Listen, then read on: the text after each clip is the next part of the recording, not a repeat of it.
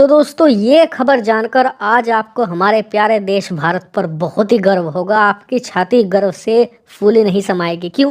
क्योंकि जहां आप जानते ही हैं कि कल 22 जनवरी 2024 ना सिर्फ भारत बल्कि पूरी दुनिया के लोगों के लिए एक ऐतिहासिक दिन है। क्यों? क्योंकि कल राम मंदिर के अंदर प्राण प्रतिष्ठा की जाएगी। लेकिन आपने देखा होगा कि अब भी बहुत से लोग इसकी आलोचना कर रहे हैं कि पूरी सरकार, पूरा सिस्टम, पूरा देश बस इसी काम में लगा हुआ है। देश की प्रगति के बारे में कोई नहीं सोच रहा, देश के विकास के बारे में कोई नहीं सोच रहा। तो ऐसे ही आलोचकों के लिए मैं ये खबर लेकर आया हूँ जो आई है सीधी स्विट्जरलैंड से। दरअसल आप जानते ही होंगे कि स्विट्जरलैंड पूरे यूरोप का सबसे ज्यादा अमीर देश माना जाता है। और हाँ, स्विट्जरलैंड सिर्फ इसलिए अमीर नहीं है कि पूरी दुनिया का काला धन वहां पर जमा है, नहीं।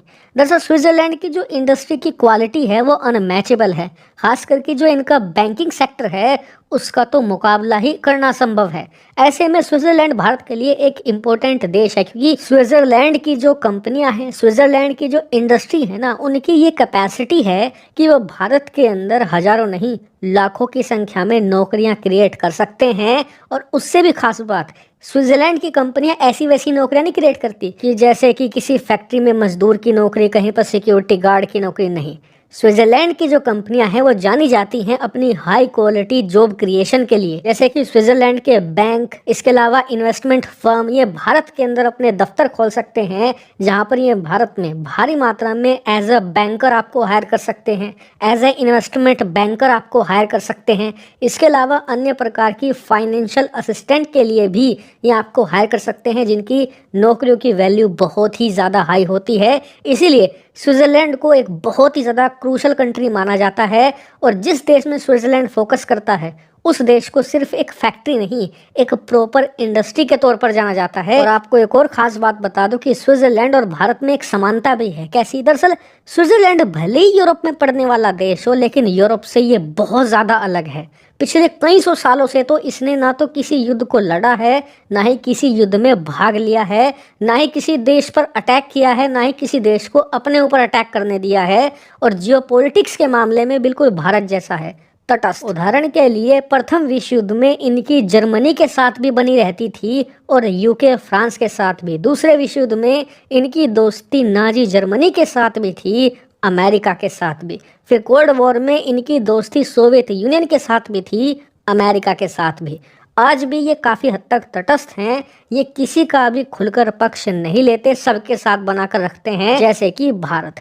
लेकिन आज मैं आपको ये पूरी स्टोरी क्यों बता रहा हूँ, तो इसका कारण ये है कि आज स्विट्जरलैंड से एक खबर निकलकर सामने आई है, जो खबर दी है सीधे स्विट्जरलैंड की इकोनॉमी मिनिस्टर ने, यानी कि वहाँ की जो वित्त मंत्री हैं उन्होंने खबर दी है। और क्या खबर है? दरअसल स्विट्जरलैंड की जो वित्त मंत्री हैं उन्होंने एक न्यूज एजेंसी को ये बताया है कि भारत और स्विट्जरलैंड पिछले 16 साल से, जी हाँ, पिछले 16 साल से एक फ्री ट्रेड एग्रीमेंट पर बात कर रहे थे। यानी कि एक ऐसा समझौता जिसके तहत स्विट्जरलैंड की कंपनियां भारत के अंदर बिल्कुल फ्रीली व्यापार कर पाएंगी, उन पर कोई रोक टोक नहीं होगी, कोई एक्स्ट्रा टैक्स नहीं लगेगा। इसके बदले स्विट्जरलैंड भी अपनी मार्केट भारतीय कंपनियों के लिए खुले तौर पर खोल देगा, कोई रोक टोक नहीं लगाएगा, और जैसा चाहे वैसा व्यापार, जो चाहे वो एक्सपोर्ट भारतीय कंपनियां स्विट्जरलैंड में कर पाएंगी। और बताया जा रहा था कि अगर ये FTA हो जाए तो भारत और स्विट्जरलैंड का व्यापार कई सौ बिलियन डॉलर को पार कर जाएगा आने वाले कुछ ही सालों में। लेकिन ये हो नहीं पा रहा था, क्योंकि दोनों देश कोई ना कोई शर्त को लेकर अड़ जाते थे। कभी स्विट्जरलैंड अड़ जाता था तो कभी भारत अपनी शर्तों को लेकर अड़ जाता था। लेकिन पिछले कई दिनों से आप जानते नहीं होंगे कि जहां एक तरफ भारत में राम मंदिर की तैयारी हो रही थी, वहीं दूसरी तरफ हमारी सरकार के मंत्री पीयूष गोयल जी देश की तरक्की की तैयारी कर रहे थे दावोस में। दरअसल दावोस में वर्ल्ड इकोनॉमिक फोरम चल रहा है।